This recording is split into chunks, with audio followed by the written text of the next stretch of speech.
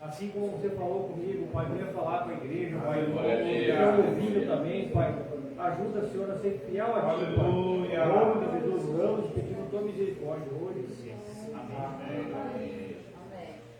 Então, hoje vamos para mais uma lição, a lição 9.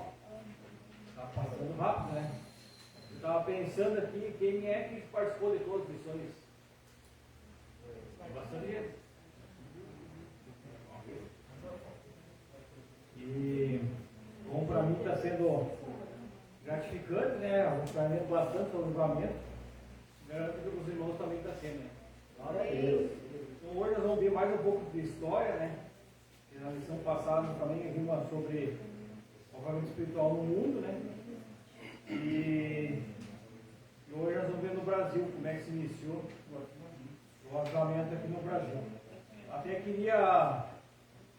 A gente não está sem condições por enquanto, né? Como seria bom trazer um data show, uma TV aqui para mostrar. A gente que era Assembleano, a gente conhece as caras dos eventos, né? Que já viu assim, né? Os fundadores que vieram para cá, né? Mas assim, alguns não conhecem. Aí seria bom. Eu ia trazer a minha, só que eu não tenho como passar para os slides, né? Então eu tenho que passar para o computador, né? O notebook, né? Aí vamos ver se conseguimos. Semana que vem fazer isso aí, né? E daí pega uma visão mais grande, consegue. Porque não vinha a bênção do data show, né? E daí assim é um pouco melhor, né? Então vamos estudar sobre o avivamento pentecostal no Brasil. Alguém quer ler o texto áudio? E os que ouviram foram batizados em nome do Senhor Jesus. E impondo-lhes Paulo as mãos, veio sobre eles o Espírito Santo, e falavam línguas e profetizavam. Verdade e prática? Deus derramou o grande avivamento pentecostal no Brasil. Ele podia avivar mais uma vez o seu povo. Amém?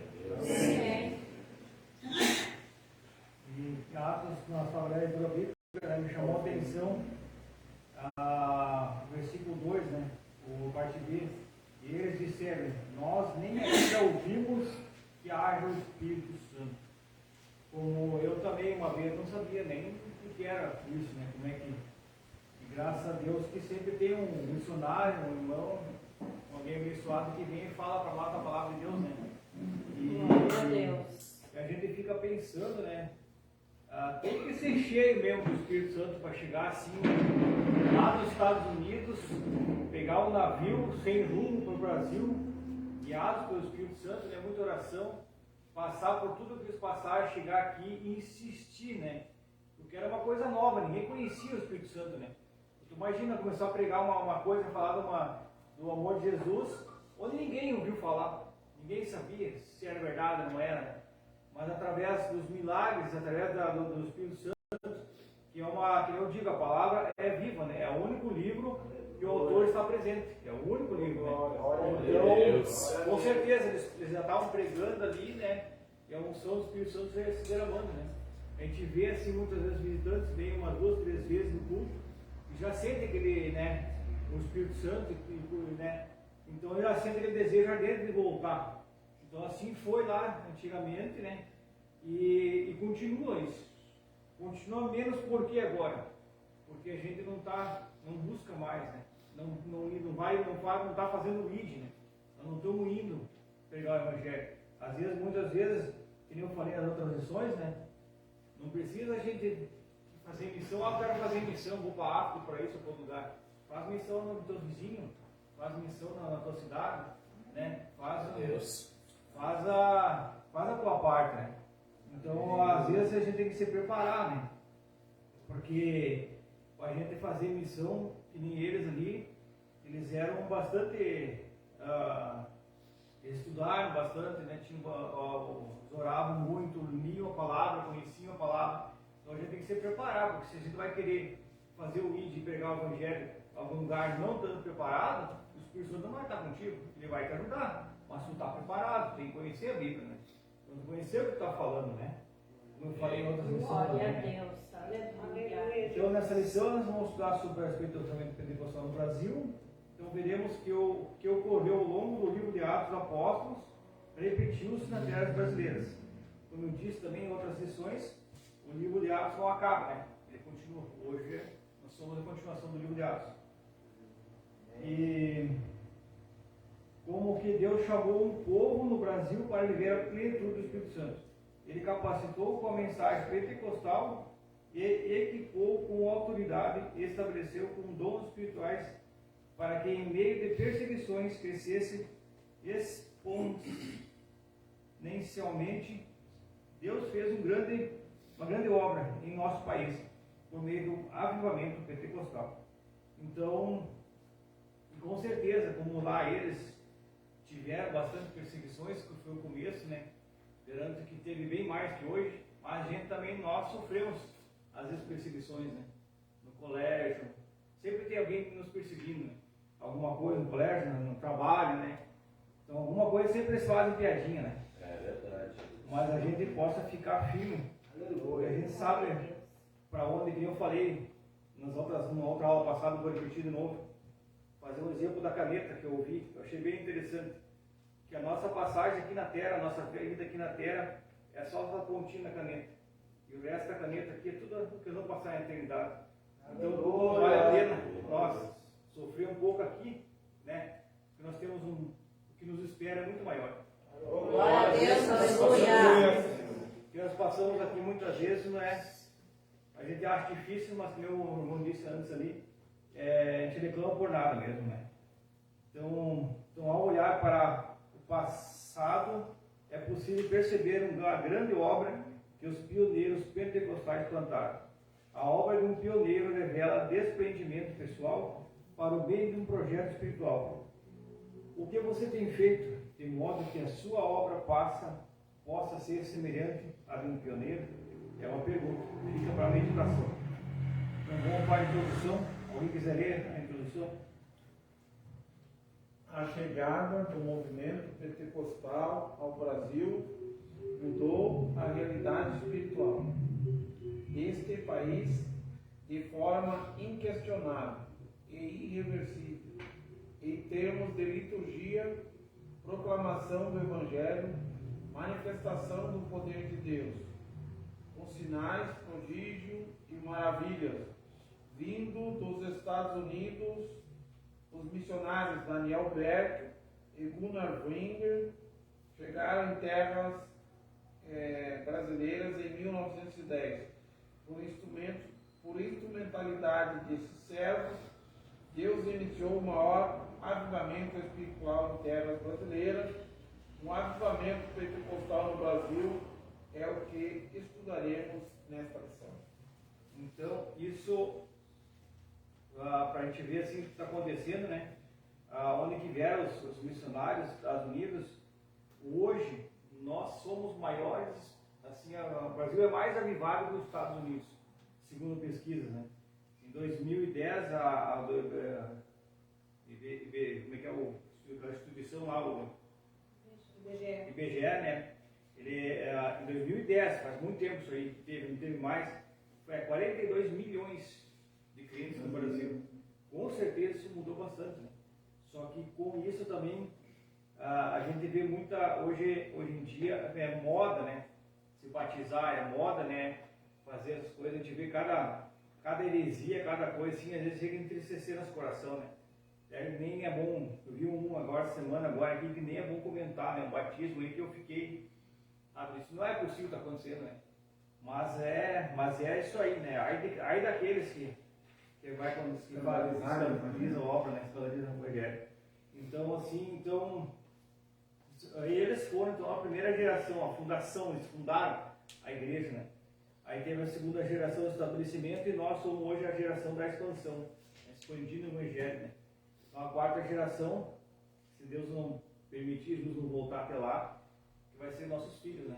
Vamos ver o que pode acontecer, né? E que no Brasil continue assim, avivado, né? Porque não vem que nem eu falei da aula passada, né? Da Europa, né? Era milhares e milhares e milhares. E aí agora tem 5, 6 dentro de uma igreja. Enorme, né? Então como decaiu, né? Quase morreu, né?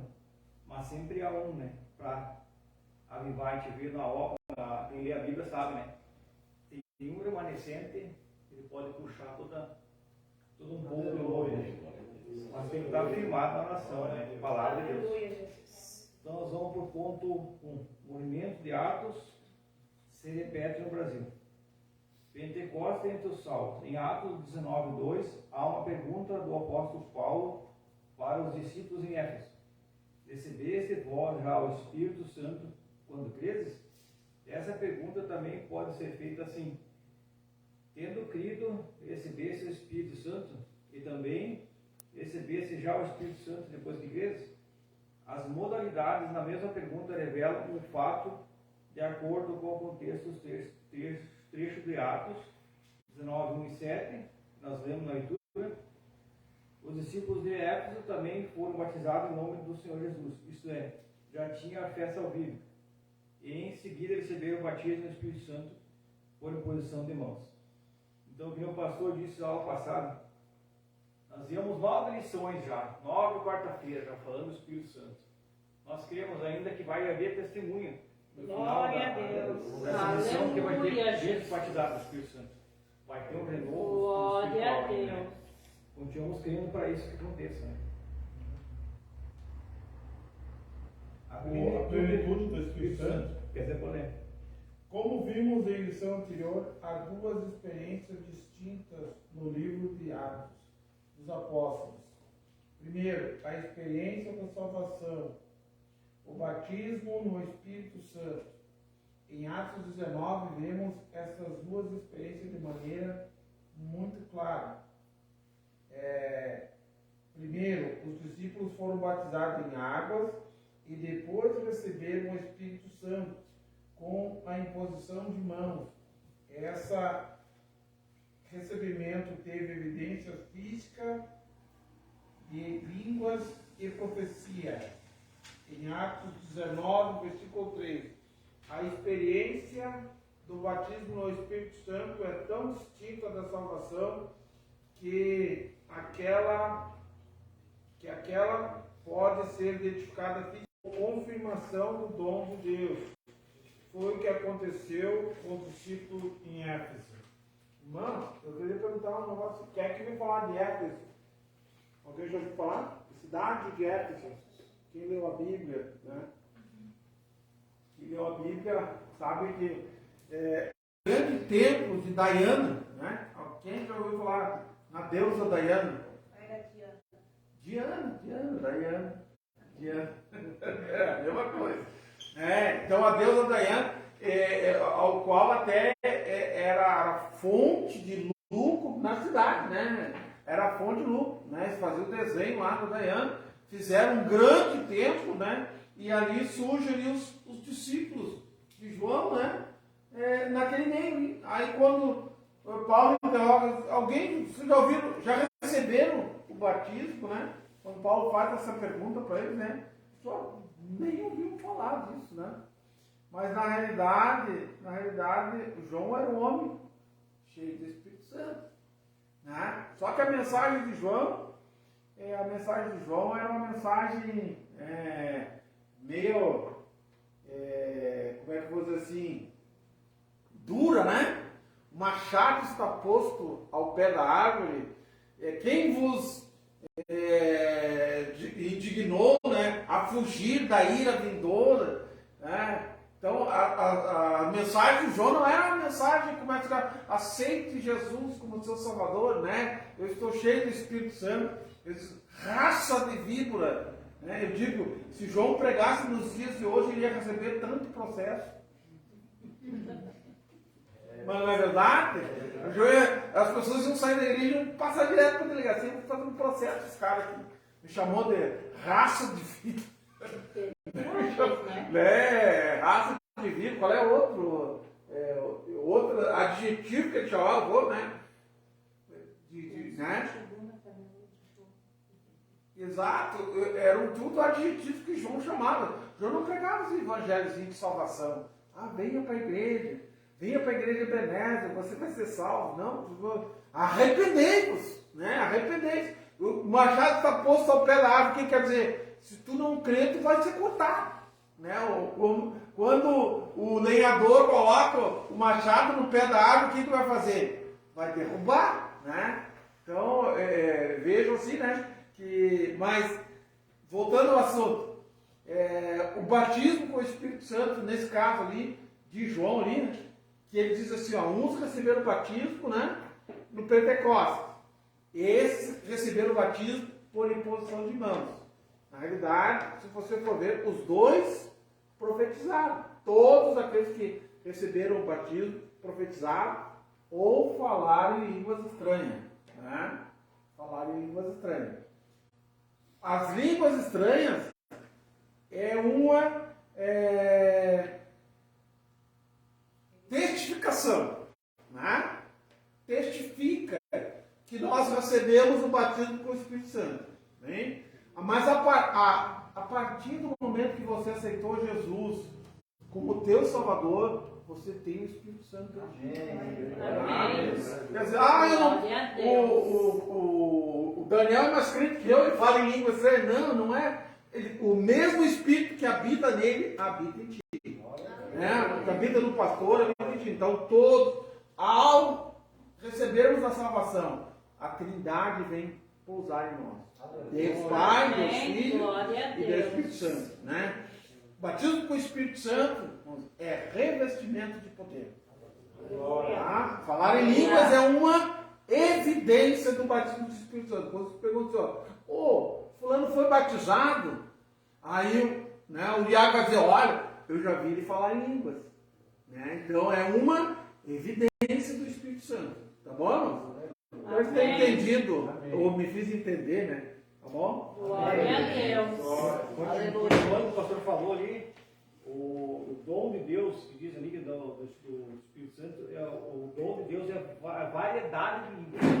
Isso já é um dom de Deus. É um dom que a gente fala aí. Tem o falar em línguas e tem o variedade de línguas. Então aqui fala de dom de Deus, o Espírito Santo é uma variedade de línguas, né? Muita gente é batizada com o Espírito Santo, mas aí tem medo de falar, segura. Mas a gente vê a vida do Espírito Santo, quem foi batizado na vida da pessoa, né? Então a gente já vê ali o testemunho dela, né? E muitas vezes, tem empresas, eu não vou contratar crente. Aquele crente que eu contratei é só misericórdia. Mas ele é salvo, né? Às vezes o cliente até o diabo né? Então tem que ser revestido no poder de Deus, tem que ser revestido do Espírito Santo. Né?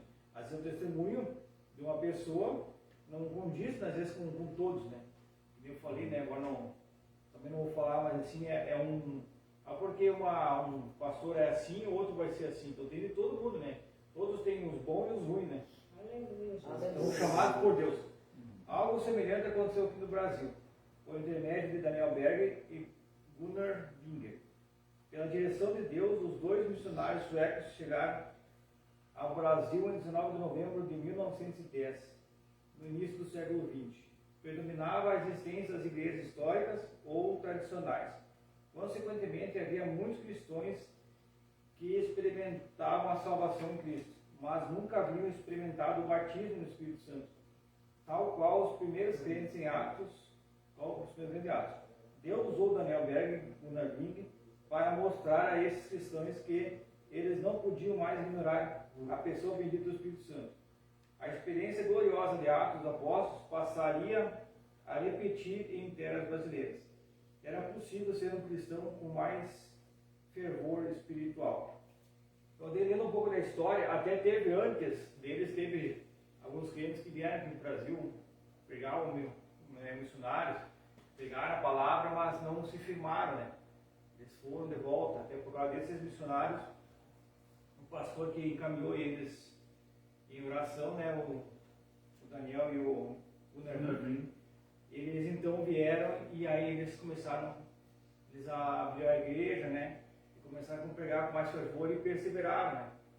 Então a gente vê também outra assim, que é uma coisa recente, 1910, 100 e poucos anos, né, isso é uma coisa bem recente, né.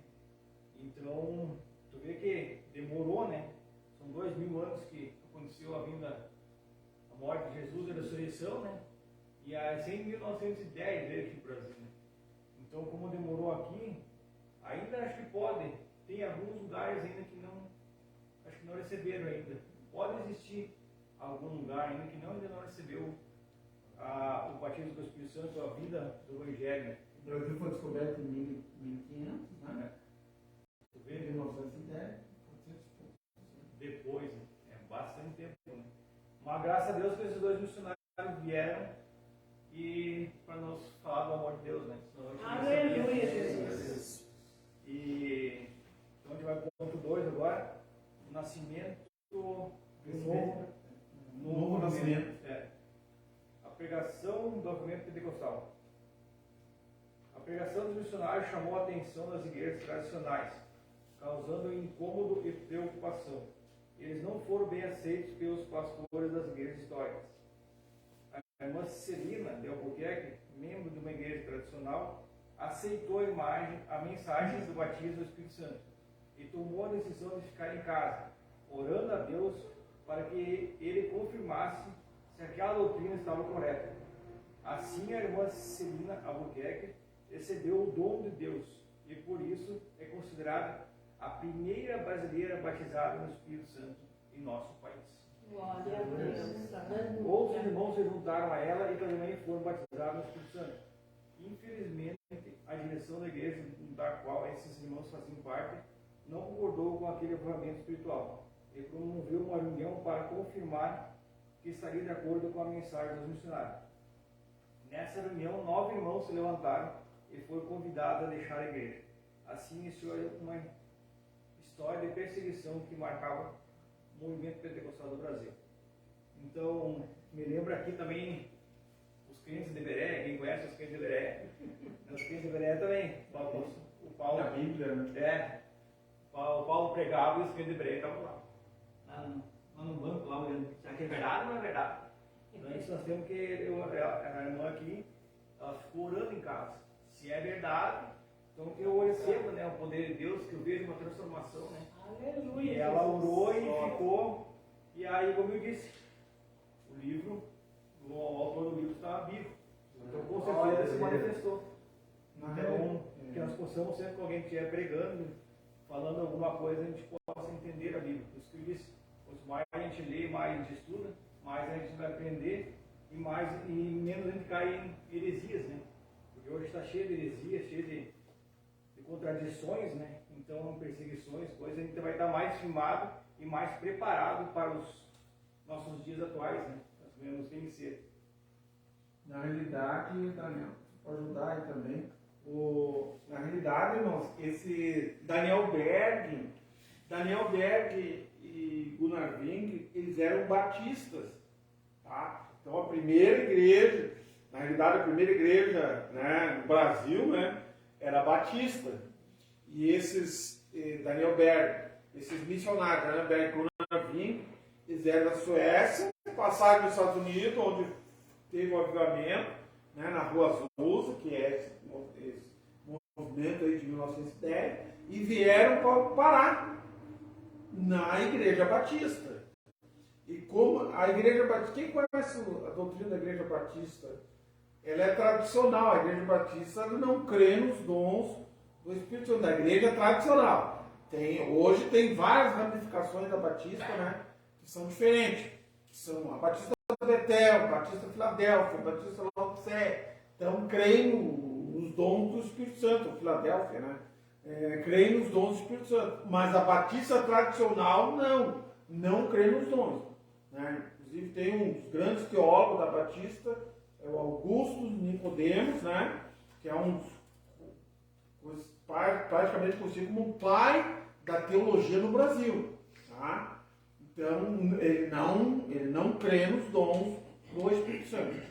E aí, como eles vieram com essa doutrina do batismo, eles foram convidados a se retirar da igreja, né? Aqueles irmãos que receberam o batismo foram convidados a se retirar, porque não era aceito, né, essa doutrina. Tá bom? Só para conhecimento aí também. Amém. Hoje ainda existe, né? Os que não. Aí, não, a tradicional.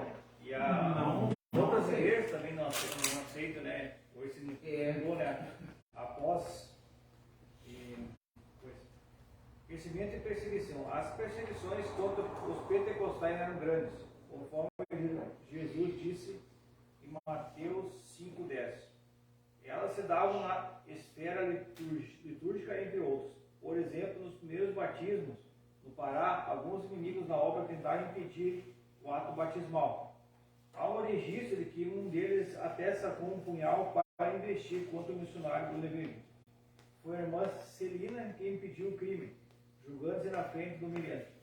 Outros registros mostram que em um mosqueiro no interior do estado, uma casa de pregação foi cercada e apedrejada. Os crentes tiveram de sair para se proteger. Histórias como essas são abundantes no desdobramento do movimento pentecostal no Brasil. Entretanto, o Senhor deu muitos livramentos a seu povo. Isso aconteceu naquela época e ainda acontece hoje em dia, né? A gente vê muitas coisas na África, principalmente, né? Que as pessoas têm que estar escondendo, né? Eu contei na aula passada que estavam fazendo criminosos aqui nos polos, escutaram a sirene da polícia, tiveram que sair pelos fundos e entraram em outra casa para continuar cultuando a Deus, né? Então, graças a Deus que por enquanto a gente tem esse privilégio, né? Poder falar da palavra de Deus, né?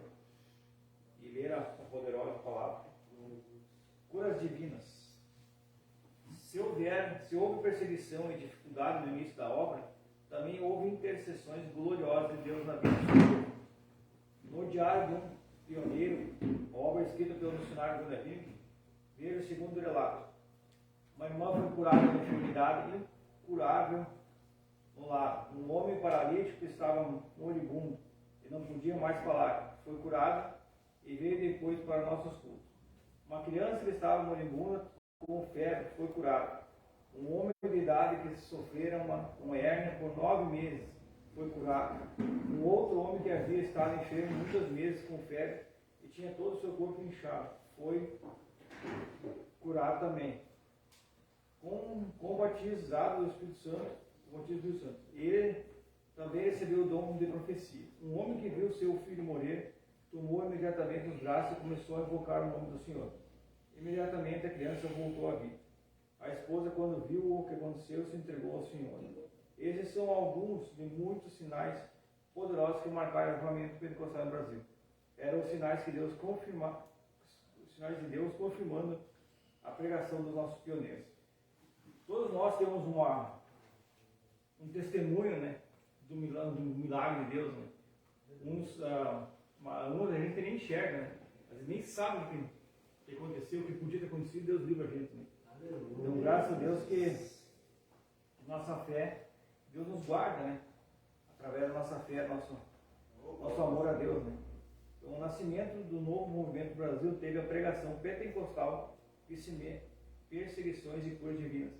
Nós estávamos ouvindo um negocinho na internet ali, e aí tem uma igreja, é bem conhecida essa igreja, e o pastor na frente pergunta sempre quem foi curado? Aí o irmãozinho, eu fui curado, dos dor no estômago. Aí uma semana depois ele de novo, quem foi curado? O mesmo irmãozinho, de outra roupa diferente, aí fui curado de uma hernia. Outra semana o mesmo irmãozinho lá, sempre com o mesmo, né? Isso aí é falcatrua, né? Isso é coisa que eles inventam. Então é para ganhar ibope, né? Hoje existe isso aí, né? E infelizmente existe, né? Um dom que Deus dá para a gente vai usar em benefício da obra, né? Para glorificar a Deus. E as pessoas às vezes usam o dom para ganhar dinheiro, né?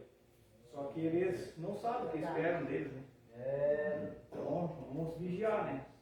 Que nem aquela palavra, muitos dizem, eu já vi muito acontecer isso, alguém está aqui na frente pregando e está em um pecado grave, vamos supor, adultério, está matando, roubando, e os irmãos do pastor não sabem. Mas como é que ele está lá todo errado, lá da frente pregando, e Deus está fazendo, e está transformando vidas ainda, né? Mas é a palavra de Deus, não é ele. Aí vem aquela palavra, quando eu chegar no céu, Jesus vai dizer, quem és tu? Não te conheço. Tu estava fazendo as coisas erradas e pregando, mas é a palavra de Deus que estava transformando vidas, não era ele. Aleluia. Então a gente possa vigiar, né, isso aí. Então quanto mais é dado, mais é cobrado, né? E nós possamos, e mais é tentado, nós possamos ficar firmes na palavra de Deus. Amém. Terceiro ponto e último, a expansão do avivamento pentecostal. O modelo centrífugo. O avivamento espiritual fez com que nossa igreja no Brasil buscasse um modelo de crescimento centrífugo, ou seja, de dentro para fora. Reach, que fala, né? Começaram os cultos numa casa, num pequeno salão, num bairro, numa cidade. Os pentecostais evangelizavam pelas ruas, casas, escolas, hospitais. Mais adiante, os irmãos buscavam um local mais amplo para atender a expansão da obra.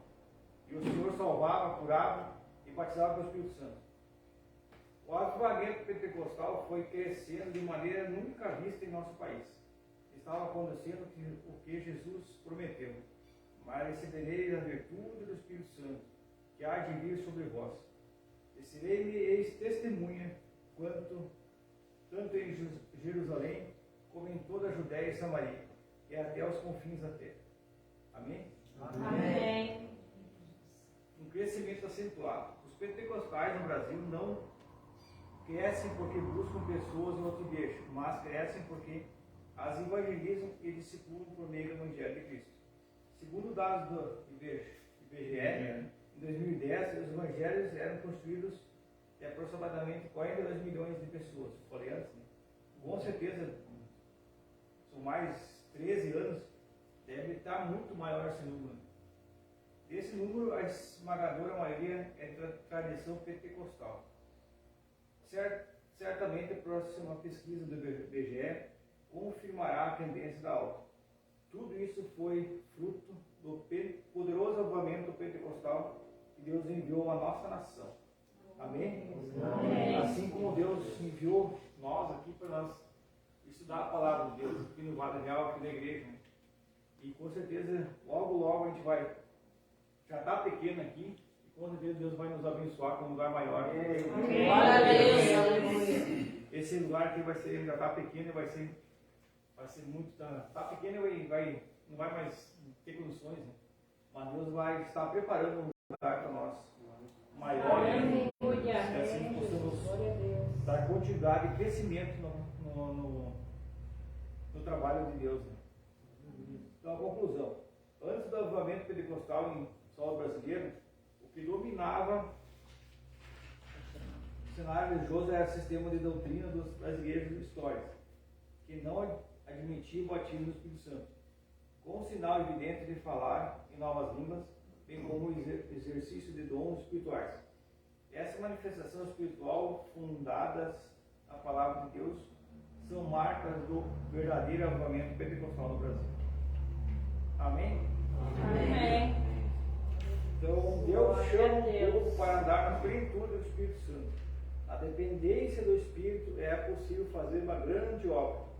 É vontade do Santo Espírito usar pessoas como seus instrumentos, a fim de que haja crescimento no reino de Deus. Estamos nos colocando à disposição para ser esse instrumento. Então fica para nós meditar agora, que nós vamos buscar cada vez mais o Espírito Santo, vamos nos preparar cada vez mais e ficar firmes. Tanto para nós ficar firmes, crescer no conhecimento e na graça, como para abençoar pessoas que ainda carecem do amor de Deus. Glória a Deus. Aleluia.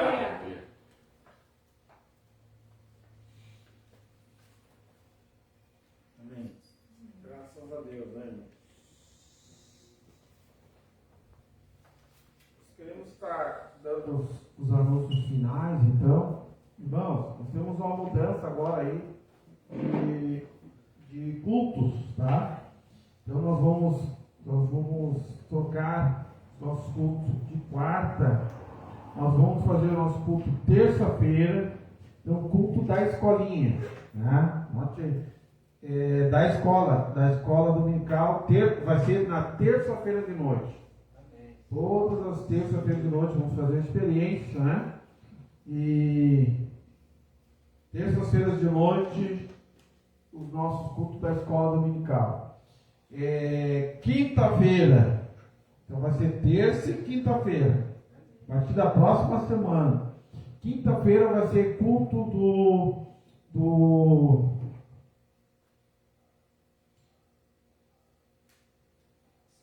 Círculo de oração? Não, é culto de cura divina e libertação. Tá? Quinta-feira, na primeira quinta já agora. Aí na segunda quinta vai ser círculo de oração. Tá? Então, os cultos de quinta vai ser de cura divina e libertação e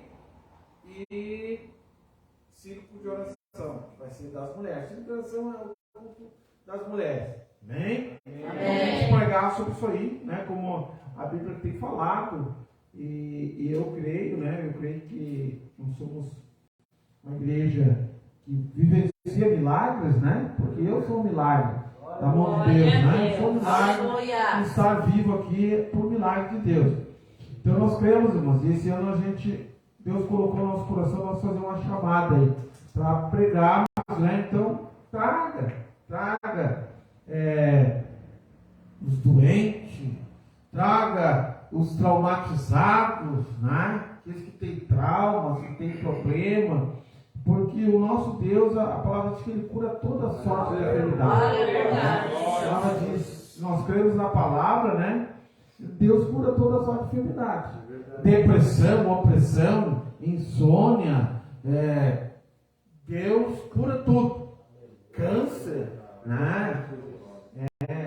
AIDS, nós temos testemunho de AIDS, pessoas que tinham AIDS aqui, né? E Deus curou. Aleluia! Deus curou. Tá? A medicina, irmãos, se você tiver AIDS, mesmo que esteja lá zero, né? Zero. A medicina não vai te dar que você está curado, mas é porque Deus curou. É verdade. Né? Se Deus não curasse, não saía zero. Né? Saía zero. Mas, então, eu convido aos nossos amados, né? Irmãos, então, para estar conosco nos cultos, prestando atenção. Nós vamos bombardear agora nas redes sociais, vamos tocar, vamos botar na rua, né? Vamos botar tocar, né? Botar os horários dos cultos. Né? Antes era quarta, vai ser terças e quinta. Aleluia! Não, quando a gente fala em culto terça e quinta, não vou dizer, os irmãos têm que vir terça e quinta. Vai ter um pouco de terça e vai ter um pouco de quinta. Né? Pode ter certeza, né? Talvez os que vêm na escolinha não vão vir no culto de quinta. Os que vêm no culto de quinta não vão na escolinha. Tá? Então, não te preocupe. Não se preocupe com isso. Não quer dizer que Agora eu vou viver dentro da igreja, né? O Daniel disse que o pastor tem que estar todos os cultos. Né? Então, escolha o culto e venha. E Deus vai te abençoar. Glória a Deus, aleluia. A mesma coisa, às vezes, a juventude vai ter, às vezes, reunião. Por enquanto, a juventude começa com a reunião. Você que é jovem, venha, participe do culto da juventude. Sábado, né? Sábado vai ter uma reunião da juventude. Os jovens aí, ó. Tem o Juliano, né? O Cassiano, tudo jovem. Camila, Davi, vem, vamos vindo aí. Vem, se reunir aí, traga um mate, né?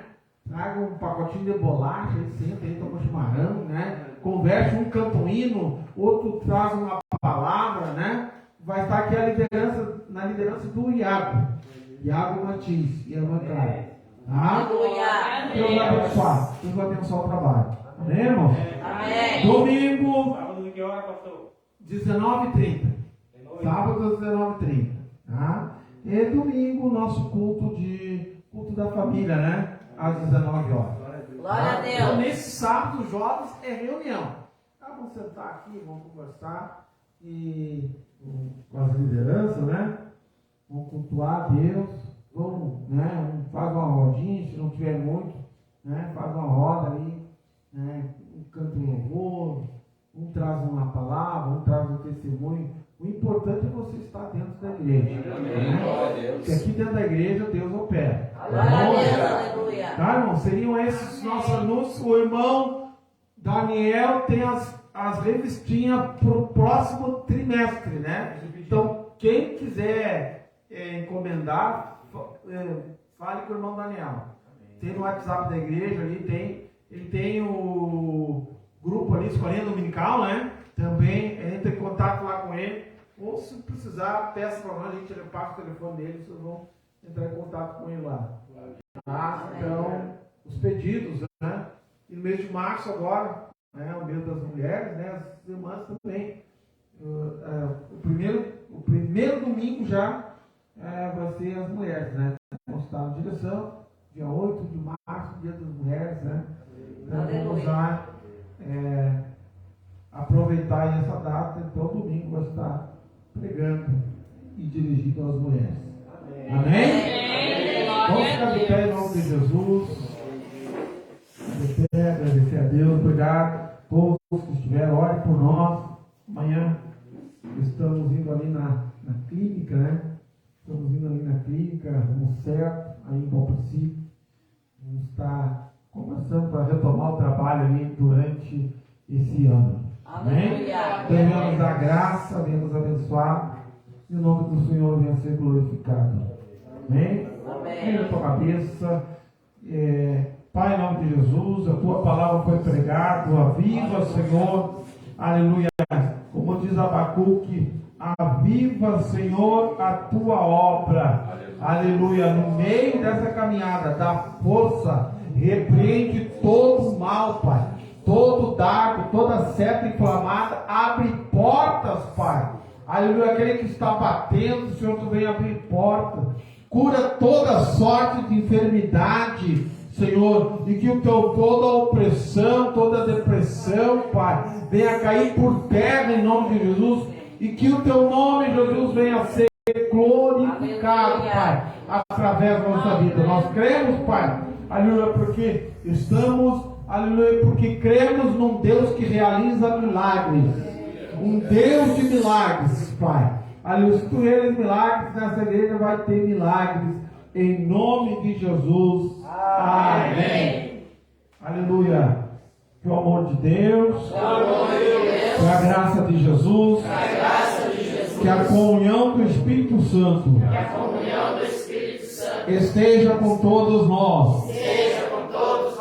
Se Deus é por nós, quem será contra nós? Ninguém. Que o Senhor te abençoe e te guarde. Amém. Que o Senhor faça resplandecer o seu rosto. Amém. Que o Senhor tenha misericórdia de ti. Amém. E que o Senhor te dê a paz. Amém. Tenha um restante de semana abençoado em nome de Jesus.